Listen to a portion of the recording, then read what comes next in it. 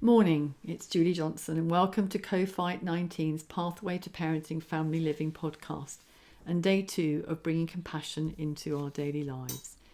Yesterday we looked at the dangers of harsh self-criticism, beating ourselves up when we're struggling. Let's look now at how instead we might choose to treat ourselves as a good friend with kindness and compassion. When we're experiencing times of challenge, pain and difficulty, we need to allow ourselves to turn towards ourselves with kindness and understanding instead of criticism. We need to give ourselves permission to accept and welcome our fallibility instead of toughing it out and pretending everything is fine.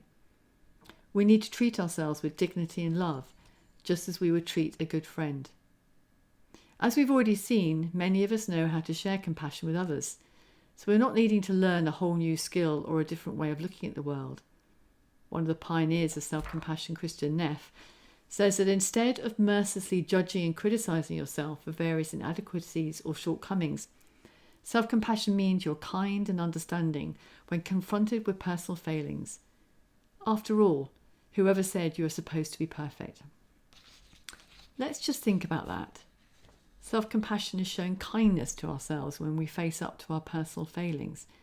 It's not the same as self-pity, which is a way of immersing ourselves in a self-focused sorrow. Self-pity tends to exaggerate and prolong our personal suffering. On the other hand, self-compassion means we give ourselves permission to recognise we're struggling and to give ourselves the care, comfort and acceptance that we need. And what happens when we show ourselves this love is that we are then freeing ourselves from the burdens of self-criticism so we can move forward using what we've learnt from this situation to try again. So how do we actually do this? Well, you first need to notice that you're struggling. Notice your self-talk. Are you thinking things like, I'm a rubbish parent, I can't cope, I should be able to do this? Noticing these emotions.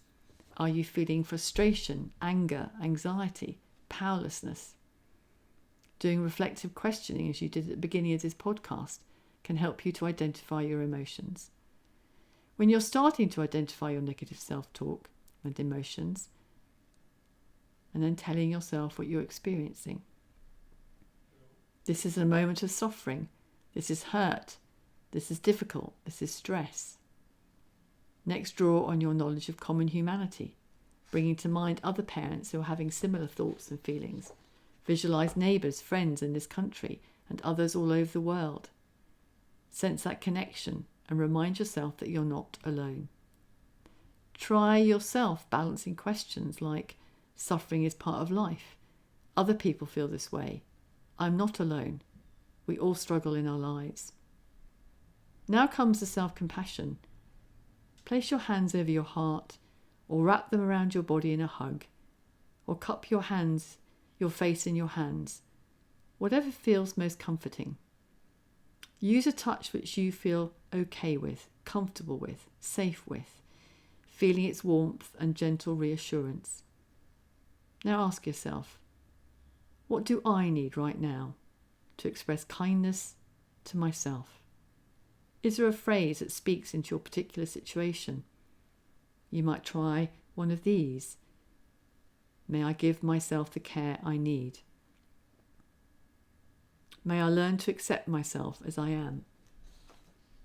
May I forgive myself? May I be patient with myself? Then pause. Give yourself time to settle before you move back into the activities of your day, remembering to take this attitude of care and compassion towards yourself throughout the day.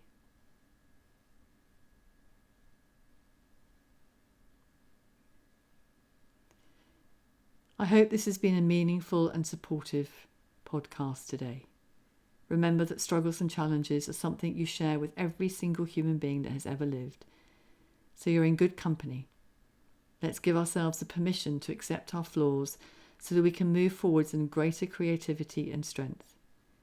And tomorrow I'll introduce a longer meditation, a longer self-compassion meditation that we can do at different times of the day, and a shorter one that we can just drop into in moments of struggling. Until then, may you be patient and kind to yourselves. See you tomorrow.